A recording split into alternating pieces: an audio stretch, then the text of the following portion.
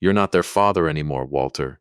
You're a babysitter we tolerate because the state hasn't caught up with how useless you've become. Ashley said it, standing in my own kitchen, arms crossed, car keys already jingling in her other hand. The refrigerator kept humming behind her like it hadn't heard a thing. Nobody moved. My son Marcus stared at the floor tiles. Mason, 10 years old, stood frozen in the hallway doorway, with his backpack still on one shoulder, and I watched the exact second he stopped breathing normally. Little Sophie, 7, was the only one who didn't understand yet. She was busy tying her stuffed rabbit's ears into a knot on the kitchen table. I felt the words land somewhere behind my ribs, cold and precise, the way a bad appraisal lands on a house you spent 30 years restoring. Ashley didn't even wait for me to answer. She just looked at me the way you'd look at a fence post that used to hold something up and no longer does. If you're joining me for the first time, take a breath, because what happened over the following 72 hours is going to test everything you believe about family, forgiveness, and how far a person will go to protect two children who aren't legally his to protect. Before I go further, tell me in the comments what state you're watching from tonight, and if you've ever had a family member weaponize your love for someone else against you. Hit that like button so I know I'm not the only one. I want to be honest with you. I didn't set out to become the villain in my own son's story. I spent 40 years reading property deeds for a living, clearing clouded titles, untangling forged signatures, finding the one buried document that proved a house didn't belong to the person claiming it.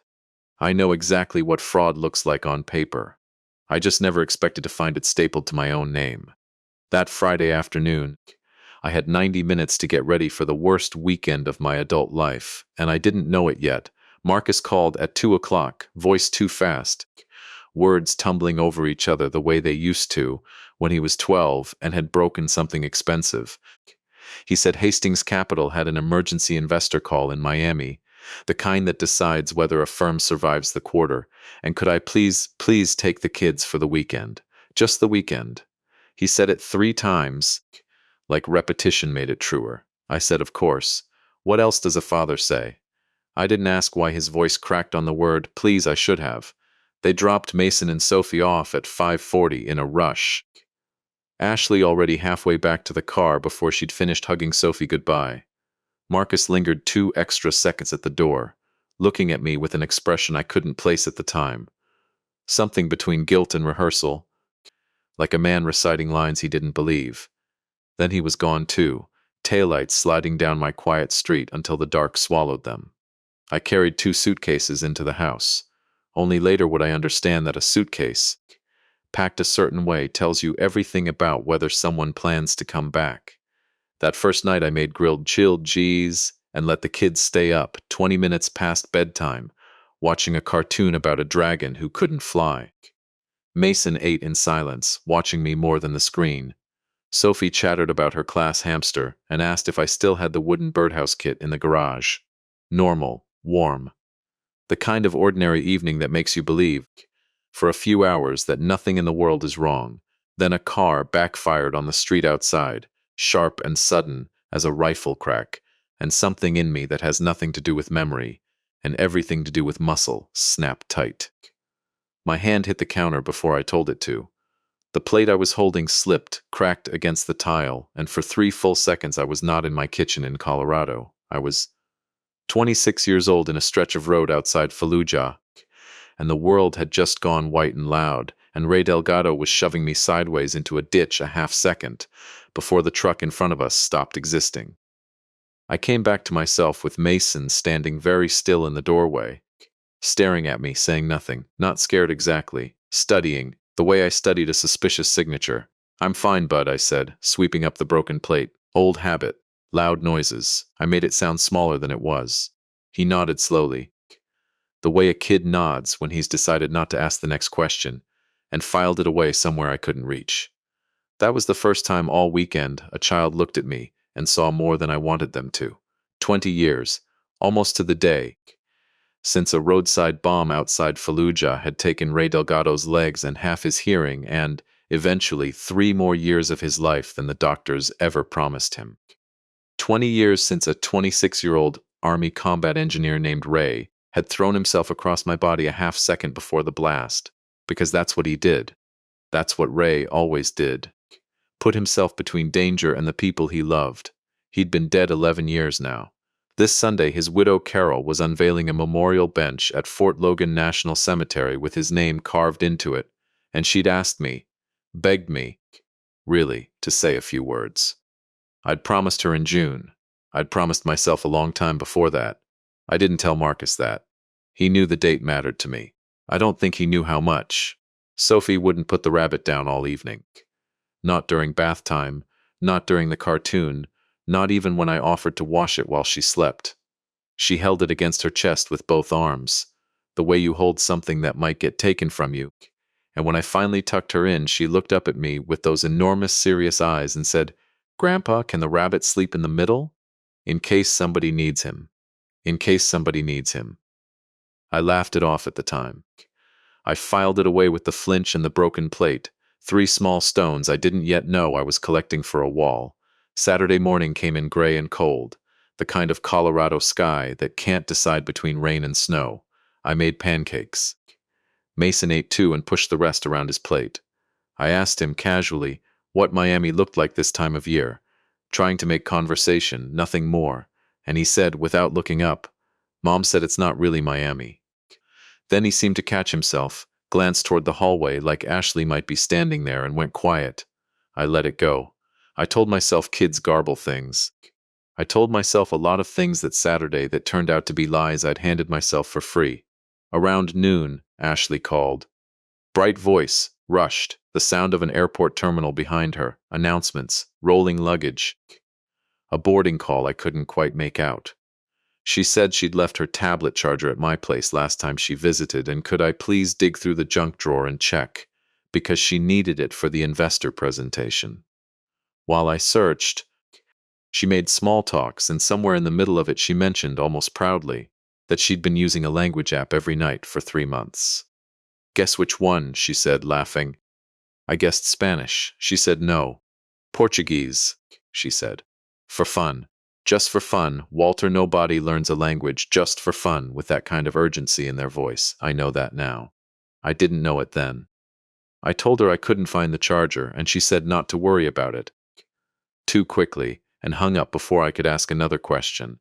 That afternoon I took the kids to the park 2 blocks over, the one with the creaking swing set and the maple trees just starting to lose their color.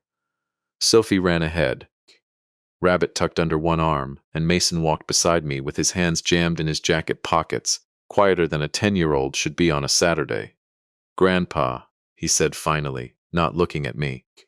"Is it bad if I don't want to go back to our house?" I stopped walking.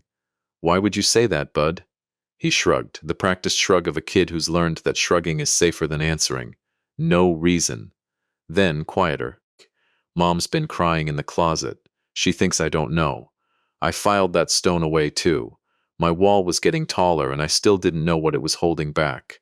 We got home as the light was dying, and I settled the kids in front of a movie, poured myself 2 fingers of bourbon I didn't finish, and sat at my own kitchen table, trying to make the pieces fit into a shape that wasn't the shape I feared. A rabbit that couldn't be put down. A boy who didn't want to go home. A daughter-in-law learning Portuguese in an airport that supposedly led to Miami. A son whose voice cracked on the word please.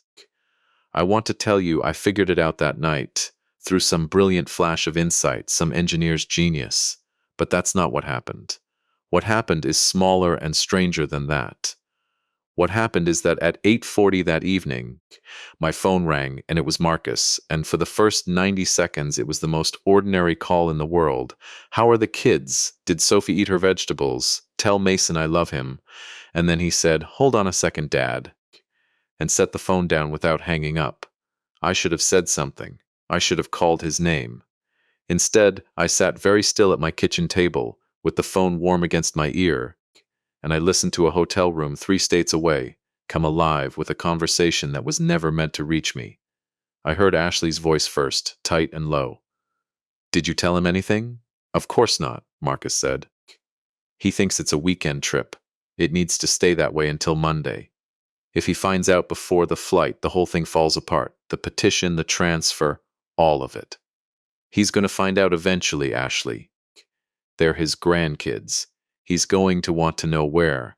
He's not going to want anything, she snapped, because by the time he figures it out, we'll already be gone, and her parents will have full guardianship, and there won't be a single thing he can do about it. That's the whole point of tomorrow.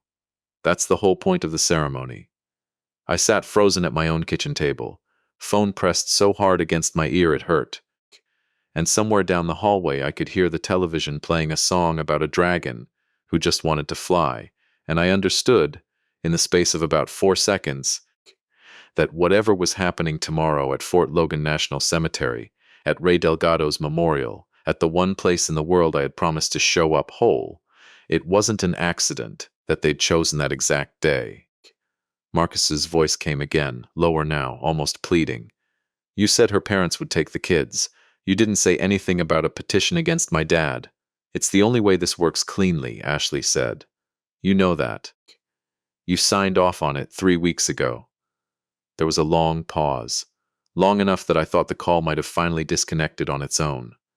Then Marcus said something I will hear for the rest of my life, quiet, almost to himself. I didn't think it would actually feel like this.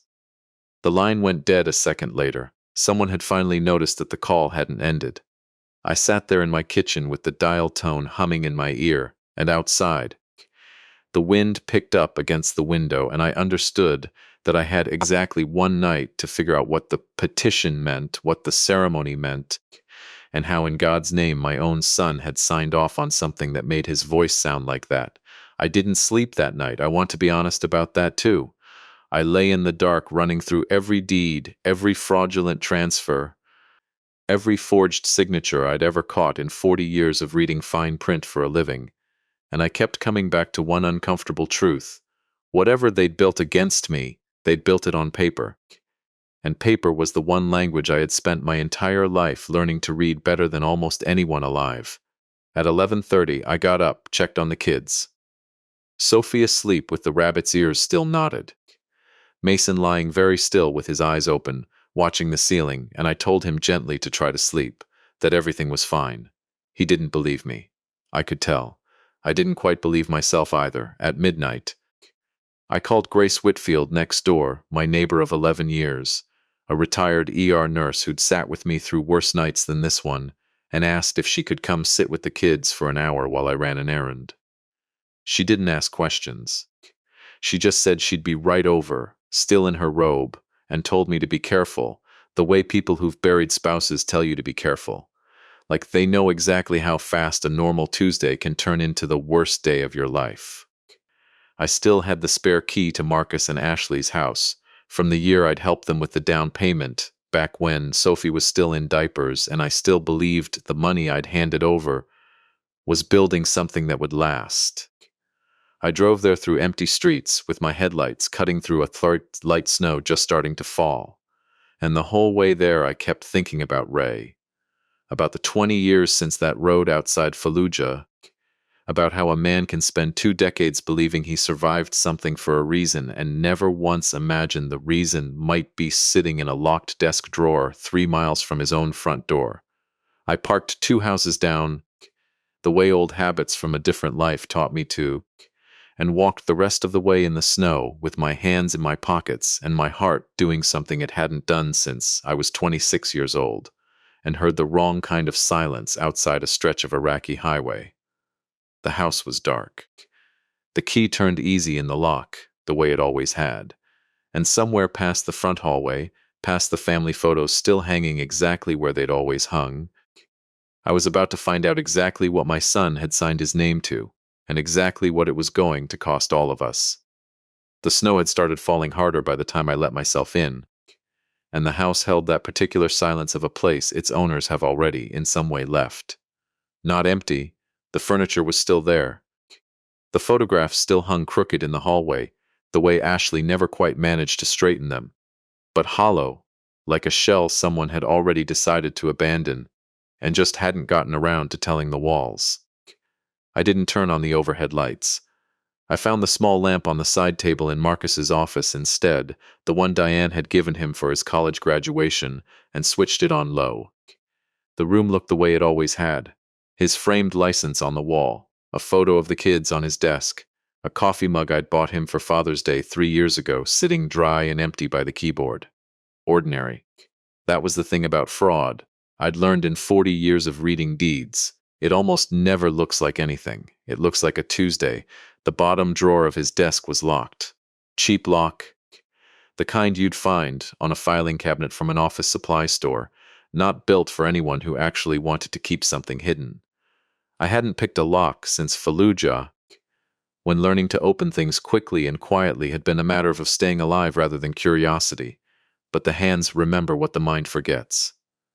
I found a paperclip in the cup on his desk, bent it the way Ray had taught me one slow afternoon in a supply tent, and 30 seconds later the drawer slid open with a small, defeated click. Inside was a single thick folder, and on top of it, unmistakable even in lamplight, a printed itinerary, 2 names, 1 way. Denver to Lisbon, departing Monday morning at 6:15.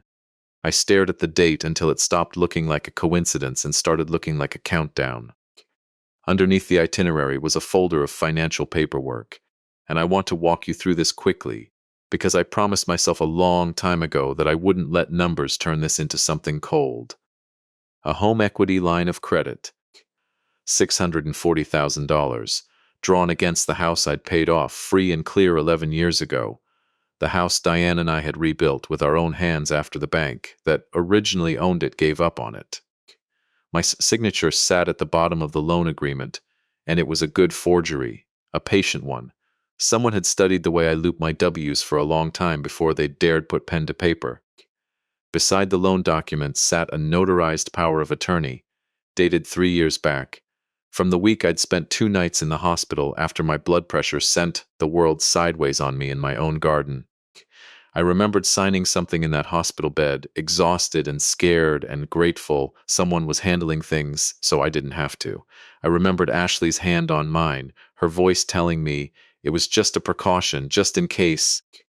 Nothing to worry about. What I hadn't told anyone, not Marcus, not Ashley, not even Preston at the time, was that 18 months later, I'd caught Ashley kneeling in my closet with a set of tension wrenches, working the lock on my old safety deposit box where Diane's jewelry and our marriage certificate lived. She'd cried when I found her, said she was looking for a recipe card, said she'd gotten confused about where things were kept. I let her keep the lie because holidays were coming, and I didn't want to ruin them. But that same week, quietly, without telling us all, I'd driven to Preston Cole's office and revoked that power of attorney entirely, filed it with the state, made it dead paper. I sat there in my son's office chair with a dead legal document staring back at me from a folder meant to steal $640,000 from a man who no longer had any legal authority to be stolen from through it. And for the first time all night, something in my chest loosened just slightly. Not relief, just the particular calm of a man who has finally found the one clean line in a mess of tangled ones. I want to be careful here about how much of the financial mechanics I walk you through, because I know you didn't come here for a lecture on lending law. What matters is this: they'd used a document that had been legally dead for 18 months to extract more money than most people see in a decade, wired it through something called Meridian Advisory Group, a shell entity Preston would later trace back through public filing records to an address that turned out to be a UPS store 4 miles from Marcus's office. That's all you need to know about the money. What I found next mattered a great deal more, tucked beneath the loan folder, in a plain white envelope with nothing written on the outside except a single word, Denise, was a handwritten letter, 3 pages, folded in thirds. Denise was Ashley's younger sister, a nurse practitioner out in Fort Collins, who I'd met maybe 4 times in 9 years of family gatherings.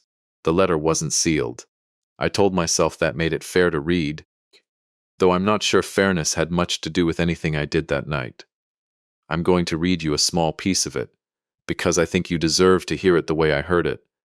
Sitting alone in a cold office at 1 in the morning with snow ticking against the window, by the time you get this we'll already be gone, Ashley had written, and I need you to promise me you won't tell Mom until Tuesday. Marcus thinks we're building a life together over there. I let him think that because it was easier than the alternative, and because some small part of me still hopes it could be true. But I already have my own ticket, Denise. Separate confirmation number, separate account. Money I moved before he even knew Meridian existed. If it comes down to it, if he hesitates, if he can't go through with taking the kid's grandfather down with him, I'm not staying to find out. I've spent 3 years cleaning up messes that were never mine to begin with. I'm done being the one who stays. I read that page twice, and both times I had to set it down and press the heel of my hand against my eyes before I could pick it back up. My son was standing at the edge of destroying his own father to fund an escape. His wife had already quietly decided she wouldn't be sharing with him. There was one more line I want you to hear, because it's the one that finally told me what tomorrow was going to be. Denise, the last page read, "Tell Mom. The ceremony thing was Marcus's idea, not mine. He thinks if the old man breaks down in front of everyone at that memorial, if there's video of him losing it, shaking, screaming, whatever, the judge signs the emergency guardianship without a second look." I told him it was cruel. He said cruel was cheaper than a custody fight. I didn't argue very hard. I sat with that for a long time. Long enough that the lamp started to feel too bright and the silence too loud. And somewhere in that silence, I finally understood the shape of the trap they'd built. Not a trap made of paper this time, but one made of memory. They knew about Ray.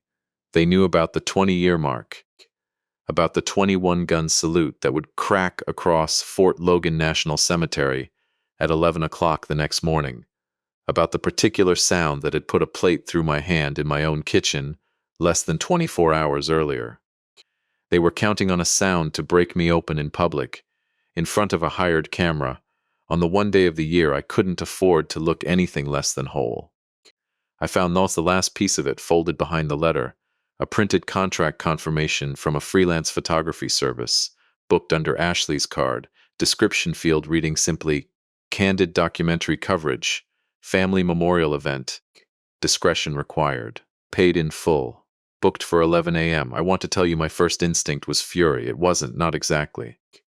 My first instinct was the same one I'd had for 40 years, bent over property records looking for the one buried clause that told the truth about a house everyone else had lied about, a kind of narrow, focused stillness. The part of me that used to disarm things for a living, taking over from the part of me that just wanted to weep at my kitchen table. You don't diffuse anything by panicking next to it. You slow down.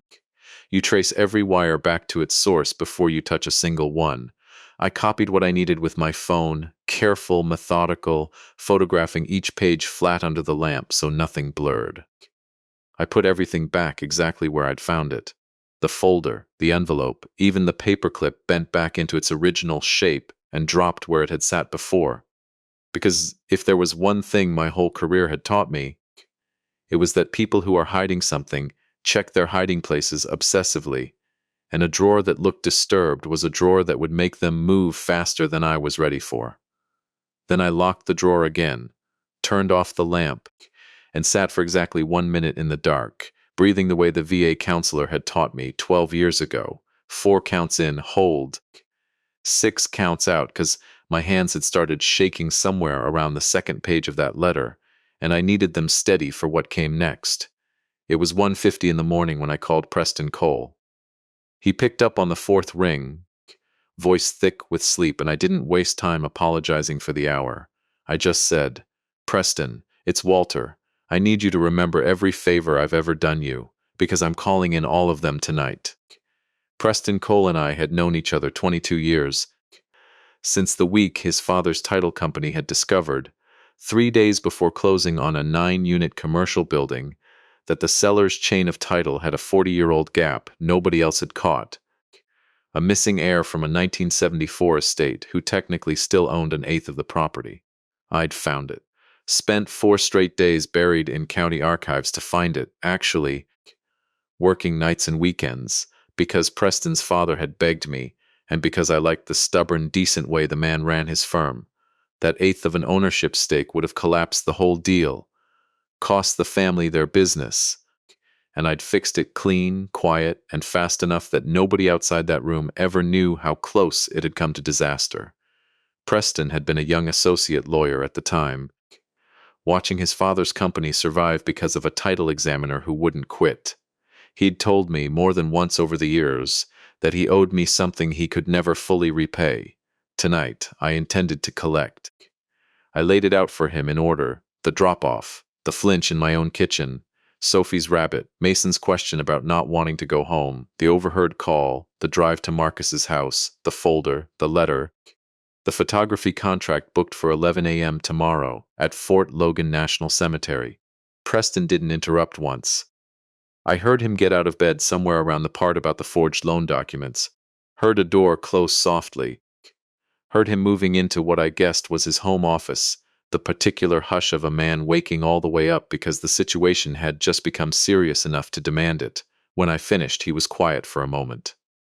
Then he said, "Walter, I need to ask you something, and I need you to answer me honestly. Is there any chance at all, that you misheard that phone call? Because what you're describing isn't a family falling apart. It's a felony. I know what I heard." Preston. Okay.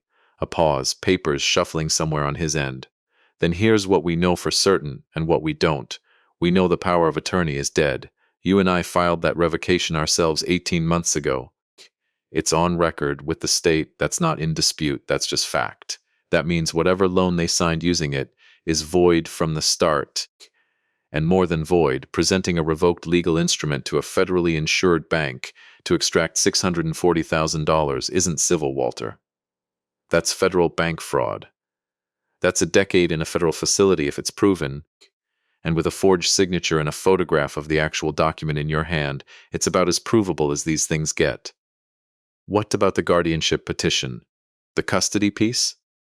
That's where I need until morning, he said.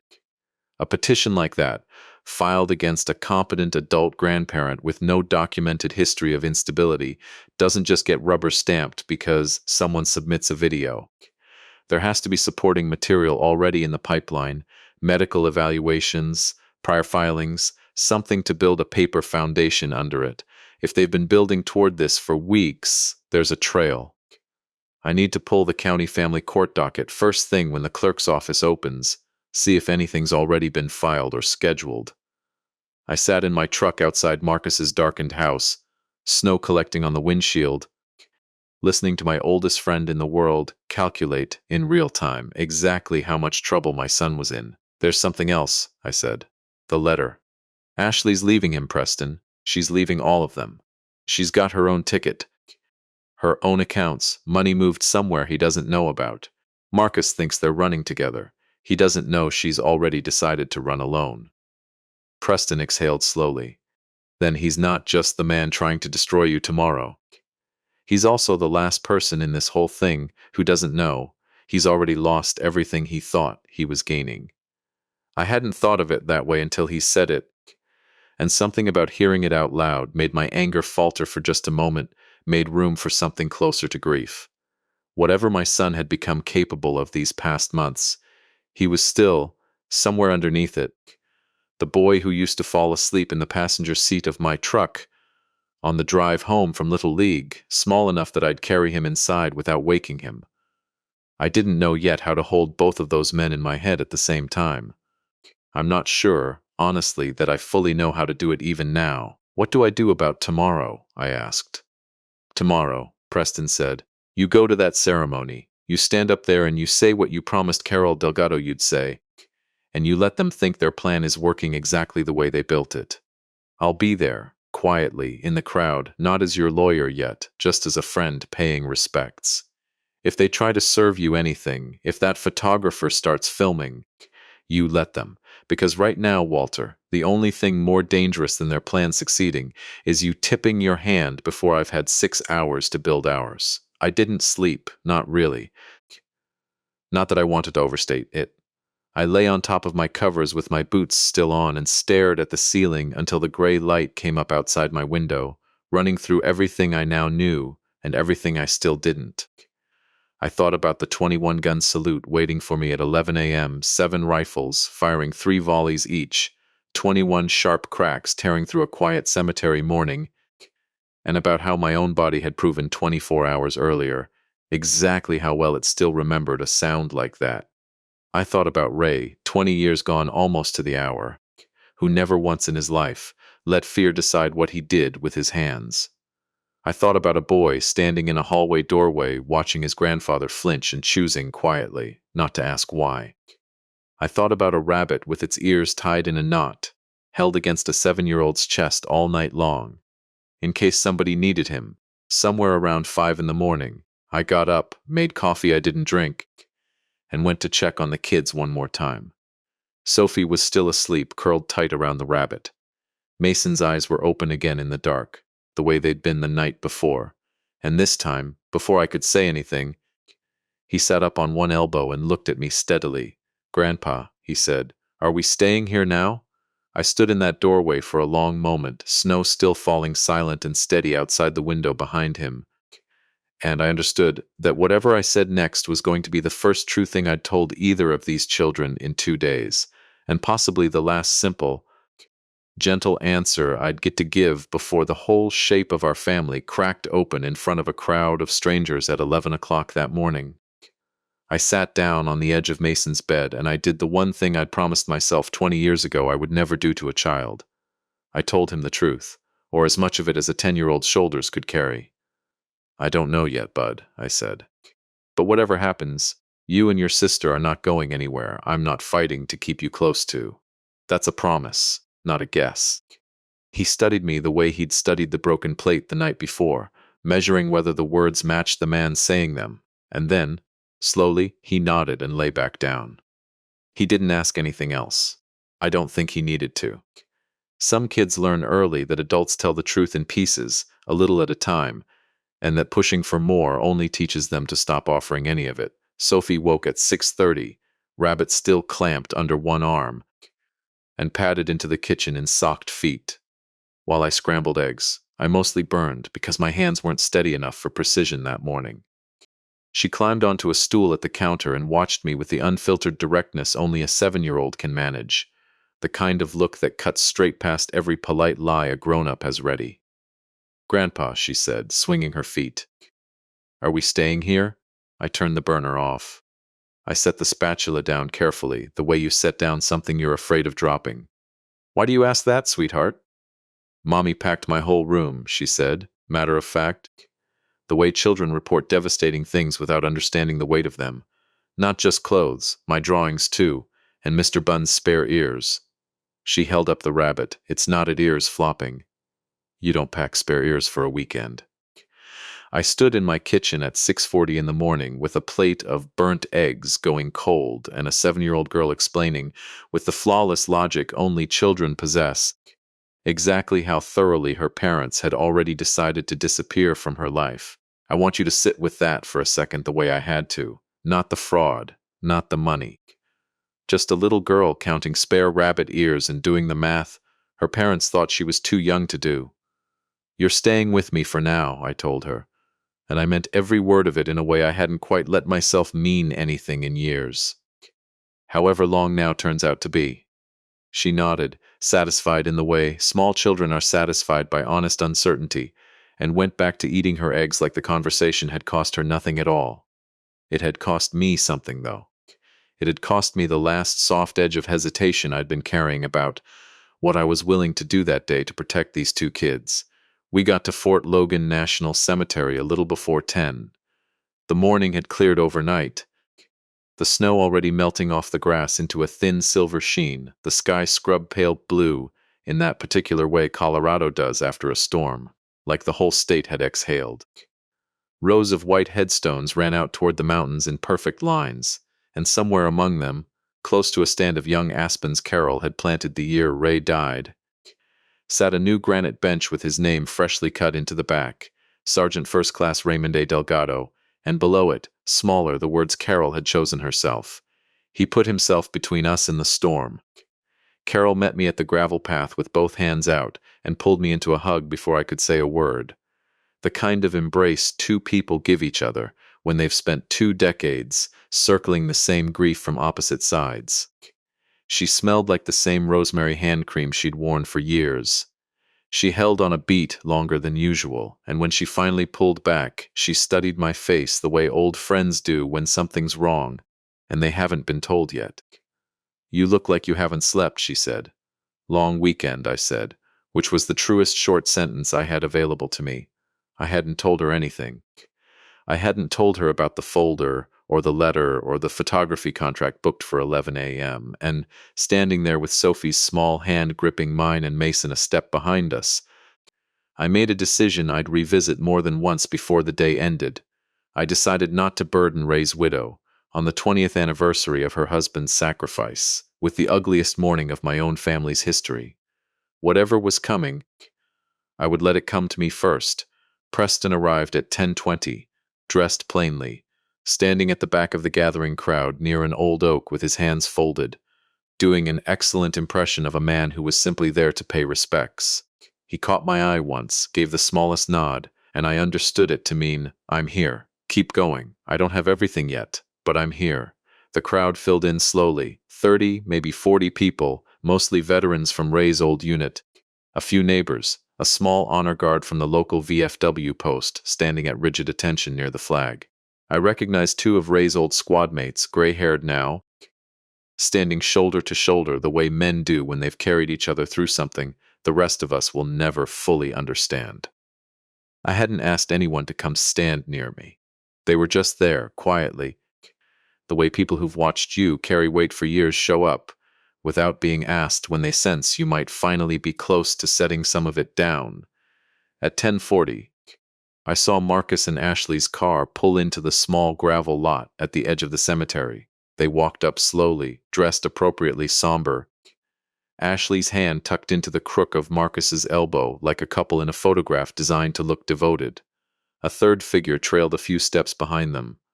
A young man with a camera bag slung over one shoulder, moving with the practiced casualness of someone who did not want to be noticed doing his job. I recognized the description from the contract I'd photographed at 1 in the morning. Discretion required. Marcus's eyes found mine across the gathering crowd, and for just a second, before he arranged his face into something more composed, I saw something crack open behind them. Guilt, maybe, or fear. Possibly both.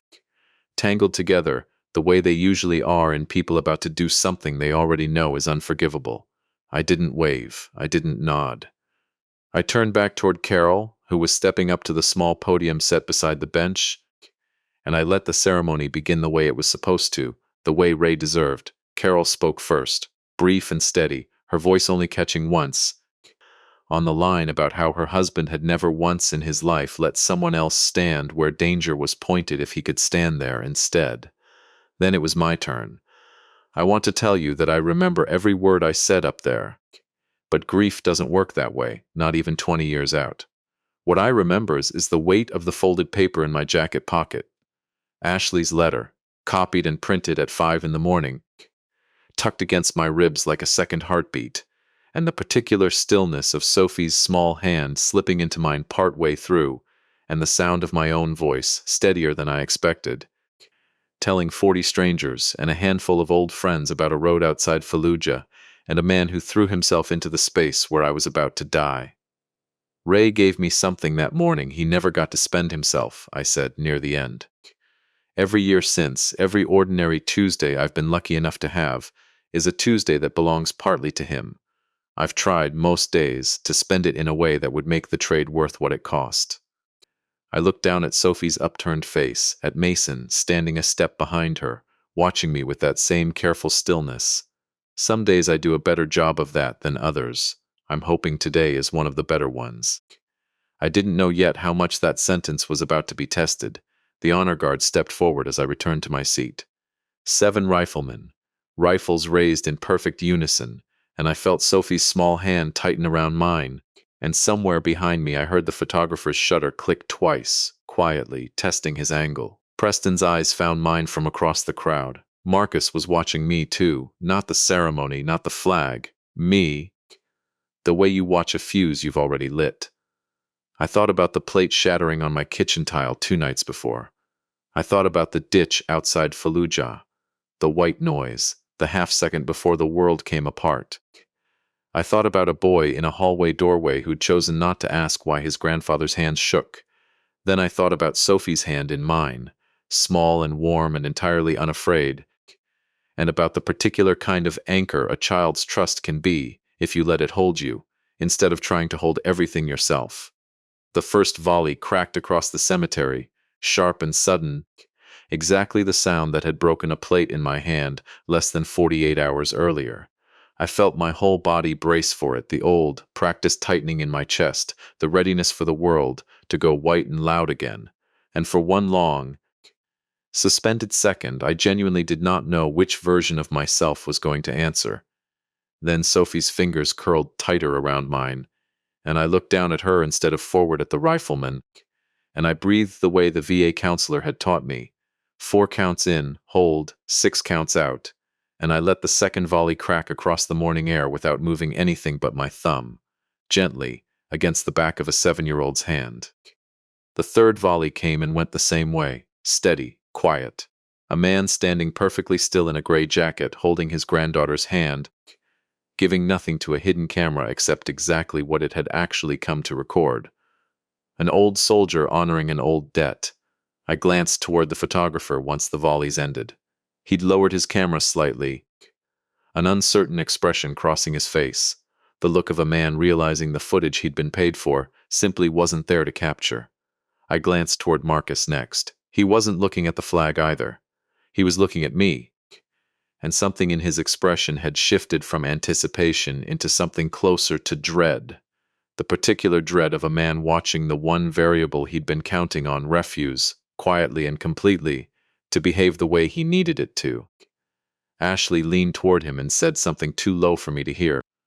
Whatever it was, it made Marcus's jaw tighten, and I understood, watching the two of them from 30 feet away over a crowd of veterans and folded flags, that the plan they'd built together had just lost its foundation, and neither one of them had a fast enough replacement ready. The ceremony wound down the way these things do.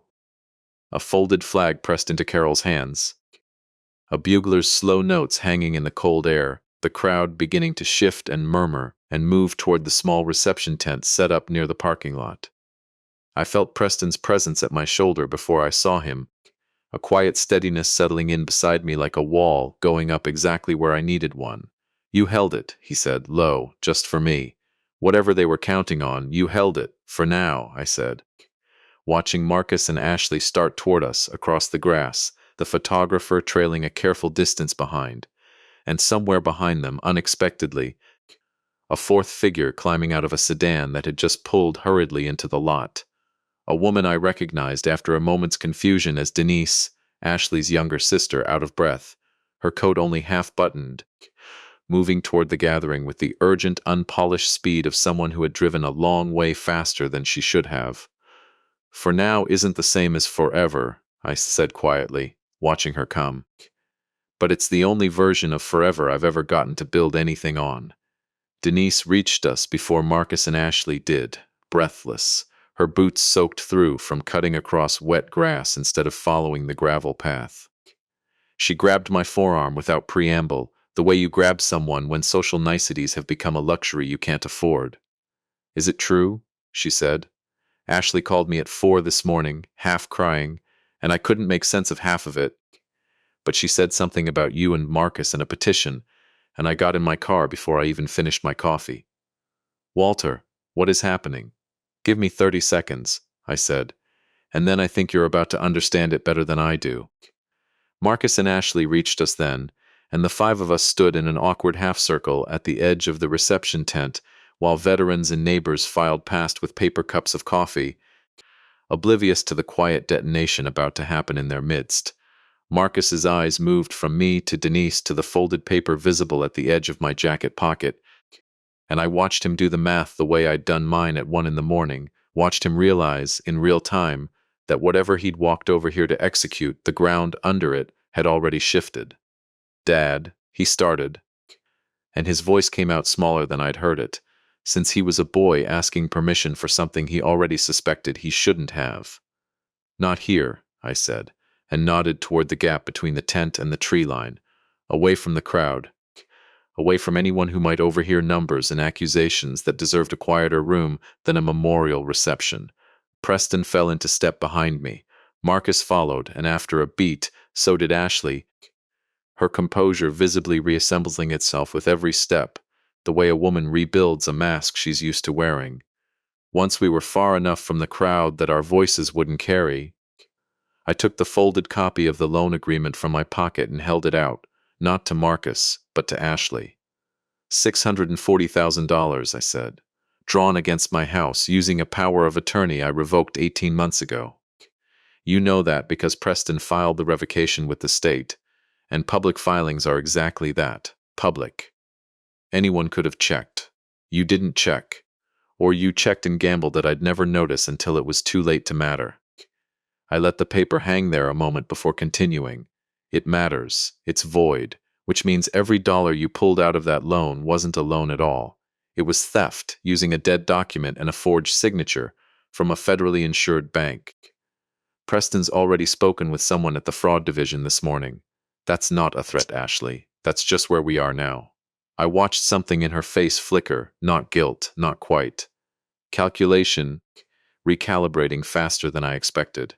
Ashley had always been quick that way, quicker than any of us gave her credit for, which was, I understood now, exactly the point. You don't know the full picture, she said low and fast. You think this is simple. It isn't. Marcus's firm has been bleeding client money for 2 years because he trusted the wrong partner with the wrong fund, and if we don't move that $600,000 before Monday, 3 separate investors file criminal complaints that put him away for a decade. I did what a wife does. I protected my family. You protected yourself, Marcus said, and the words came out of him low and strange, like he was hearing his own thought for the first time as he spoke it aloud. You keep saying our family, our plan, ours. He turned toward her fully now, something rearranging behind his eyes. Where do the kids go, Ashley? After Lisbon. After we're settled, when do we send for them? The silence that followed lasted only 2 or 3 seconds, but I watched it stretch across Ashley's face like a crack spreading through glass. She didn't answer fast enough. That was the whole answer. There is no sending for them, Denise said quietly, stepping forward, and every head turned toward her. Is there, Ash? It wasn't a question by the time it left her mouth. I read the letter. The one you asked me to hold until Tuesday. I read it Saturday night because I couldn't sleep and I had a bad feeling, and I've been driving for 4 hours because I couldn't let you walk into whatever this is without somebody telling you the truth before it's too late. She turned to Marcus, and her voice, when it came, was gentler than I expected from someone who'd clearly been furious for hours. She has her own ticket, Marcus. Separate booking, separate account. She told me herself in her own handwriting that if you hesitated, she wasn't staying to find out whether you'd go through with it.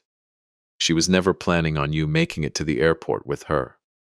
I want to tell you the reception tent went quiet, that everyone turned and gasped the way it happens in movies. But that's not what happened. What happened was smaller and more terrible than that. Just 5 people standing in the cold grass at the edge of a cemetery, and one man's whole face collapsing in slow motion as he understood. Finally and completely, exactly how alone he'd been standing this entire time without knowing it.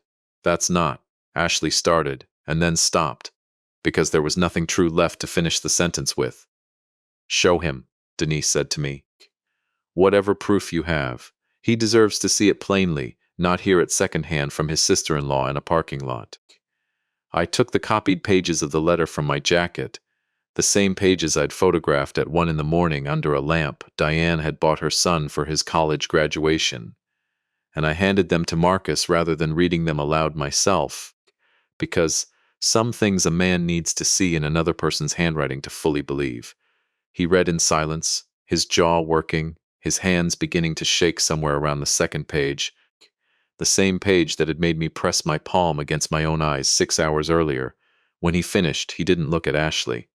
He looked at the ground, at the wet grass, at nothing in particular, and said, so quietly I almost missed it.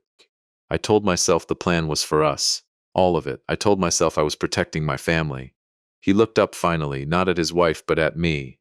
I wasn't protecting anybody, Dad. I was just scared, and I let being scared turn into this. I want to be honest with you about what I felt in that moment because I think honesty matters more than making myself look like a saint. I didn't feel forgiveness, not yet.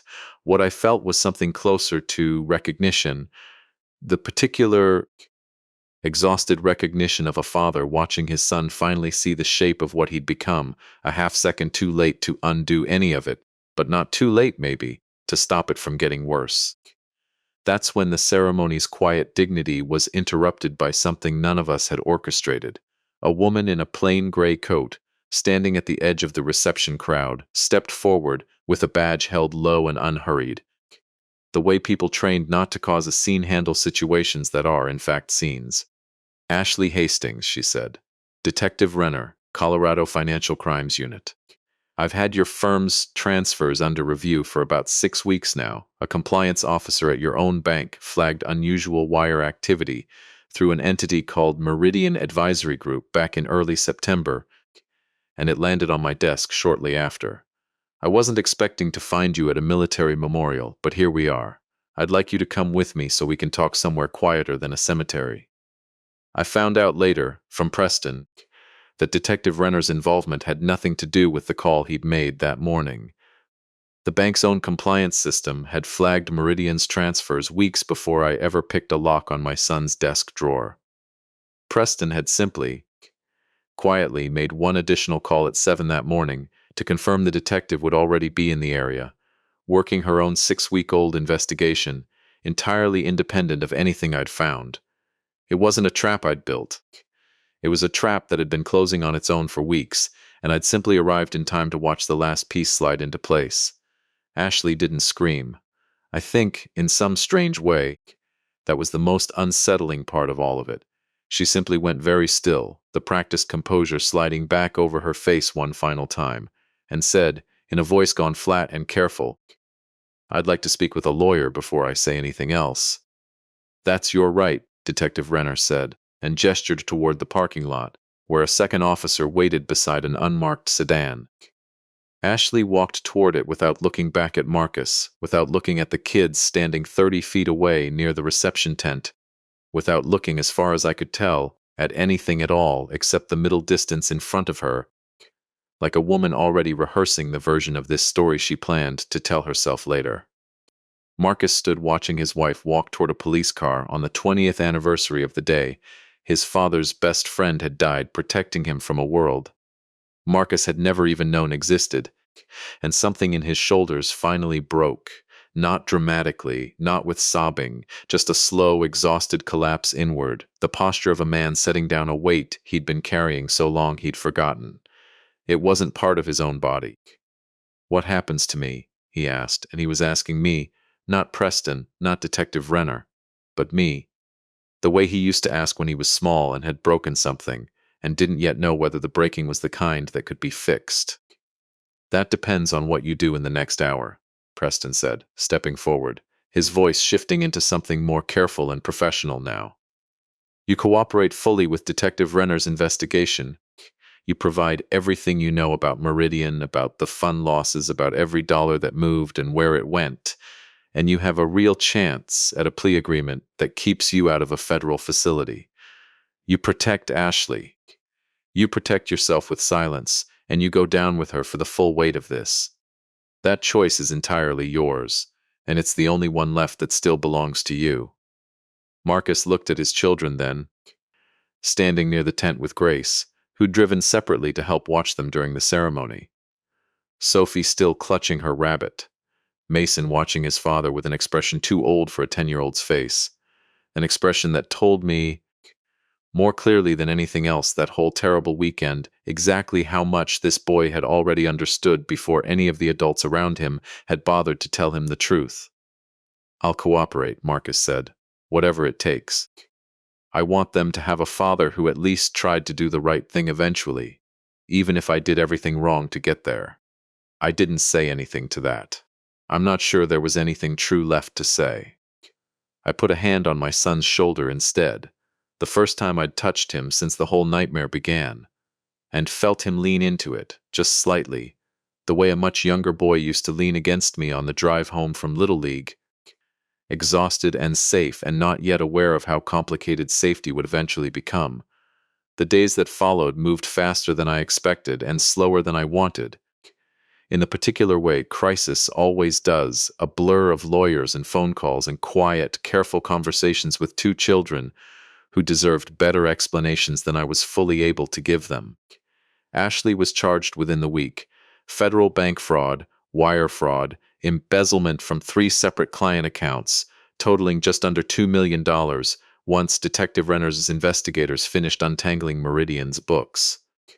She hired an attorney out of Denver who immediately began negotiating a plea, and the last I heard, through Preston, she was looking at somewhere between 6 and 9 years, depending on how the restitution talks went. I never spoke to her again after that morning at the cemetery. I don't imagine I will. Marcus cooperated fully, exactly as he'd promised, handing Detective Renner every account statement, every email, every piece of paper trail he'd helped Ashley build, testifying against the very scheme he'd once agreed to. His own charges came down lighter than they might have. A plea to a single count related to the forged loan documents. 18 months with the possibility of early release for continued cooperation. Restitution ordered against whatever assets remained once the divorce proceedings finally sorted out what belonged to whom. It wasn't nothing. It wasn't the decade Preston had first warned him about, either. Some days that felt like justice.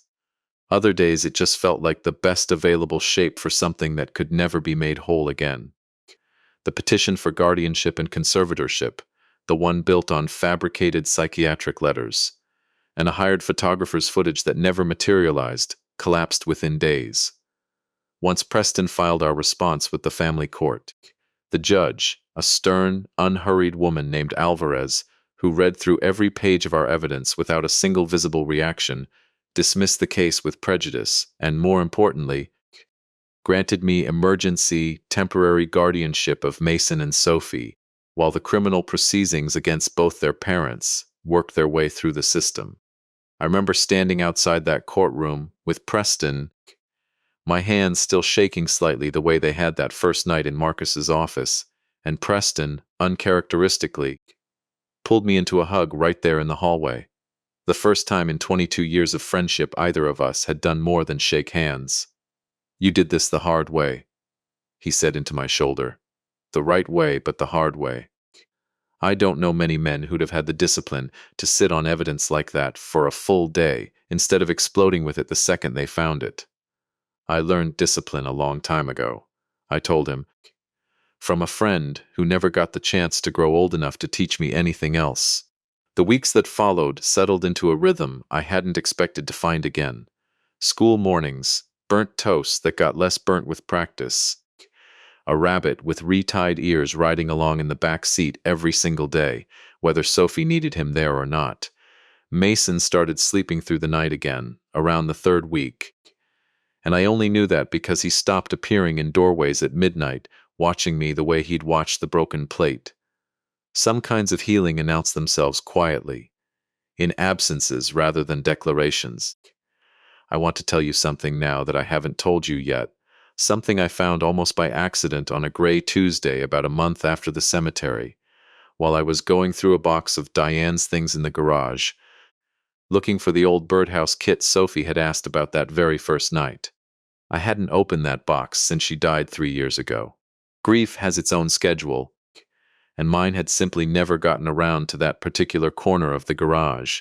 Underneath a folded quilt and a stack of her favorite paperbacks, I found an envelope with my name on it in her handwriting, sealed, dated the week before the treatments stopped working. I sat down on the cold concrete floor of my own garage and opened a letter my wife had written to me 3 years earlier, and I want to share just a small piece of it with you, because I think it belongs here at the end of this story more than anywhere else. "Walter," she'd written, "you've spent your whole career finding the one honest line buried under everyone else's mess. Don't forget how to do that for the people, not just the paperwork. When I'm gone, don't let the quiet in this house convince you that being needed is behind you. Somebody's going to need you again, in some way you can't predict yet, And when they do, I need you to let them in instead of standing guard over your own grief, like it's the last thing you have left to protect. I sat on that garage floor for a long time, the birdhouse kit forgotten beside me, and I thought about Sophie's hand in mine at the cemetery, about Mason's careful, watchful silence, finally softening into something closer to trust, about a rabbit with knotted ears held tight in case somebody needed him. Diane hadn't known any of what was coming. She couldn't have. But she'd known me well enough to guess the shape of the mistake I was most likely to make, and she'd left me a small piece of paper, folded in thirds, to keep me from making it. I carried both kids over to the garage that afternoon and showed them the birdhouse kit, and the three of us spent the rest of the weekend building something together with our hands, sanding cedar boards the way I used to with Diane, Sophie insisting on painting hers a color she called sky before it decides what it wants to be, Mason measuring every angle twice before he'd let himself cut anything, careful in a way that reminded me, more than I expected, of myself at his age. Carol Delgado came by 3 weeks after the ceremony, unannounced, carrying a casserole dish and an expression I couldn't quite read until she sat down across from me at my kitchen table and told me that some of Ray's old unit, the same men who'd shown up quietly at the memorial without being asked, had gotten together and decided they wanted to add a small plaque beside Ray's bench. Not for Ray this time, for me. For 20 years of showing up to every reunion, every fundraiser, every hospital visit for men who needed a ride and didn't want to ask. Every quiet check I'd written to a struggling veteran's family without ever mentioning it to anyone, including, apparently, most of them. You don't have to say yes, Carol said. I know you're not a man who likes being thanked out loud.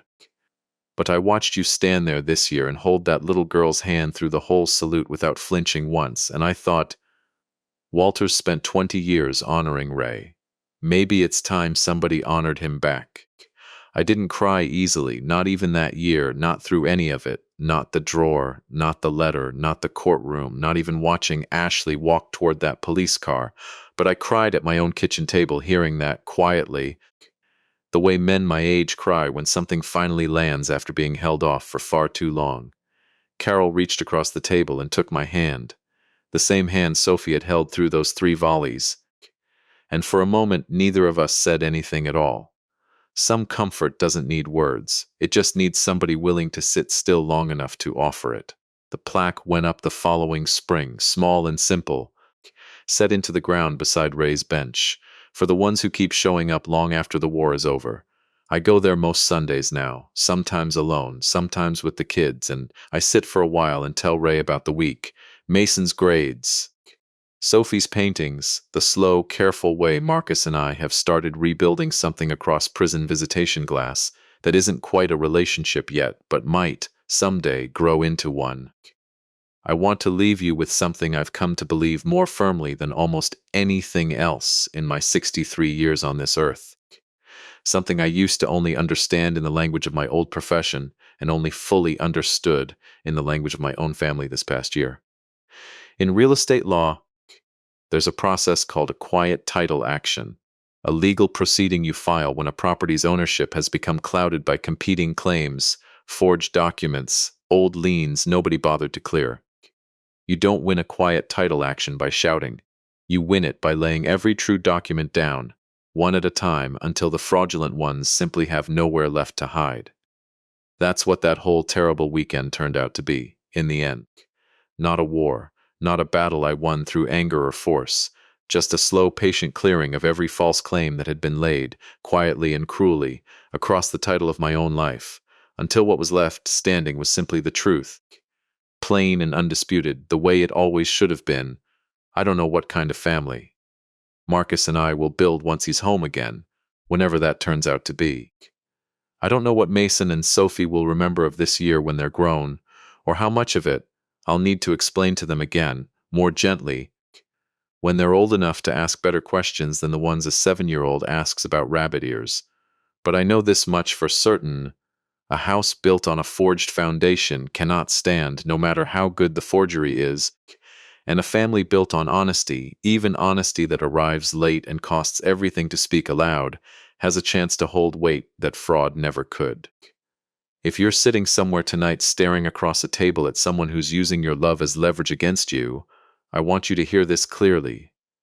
You are allowed to clear the title on your own life. You are allowed to lay every true document down until the false ones have nowhere left to hide. Blood doesn't entitle anyone to your dignity. It never did. Let me know in the comments which city you're watching from tonight. And if this story reminded you that it's never too late to protect the people who actually need protecting, hit that subscribe button and leave a super thanks. It genuinely means more to me than you know. Thank you for sitting with this story all the way through. I'll see you in the next one. Stay steady out there and take care of your own foundation.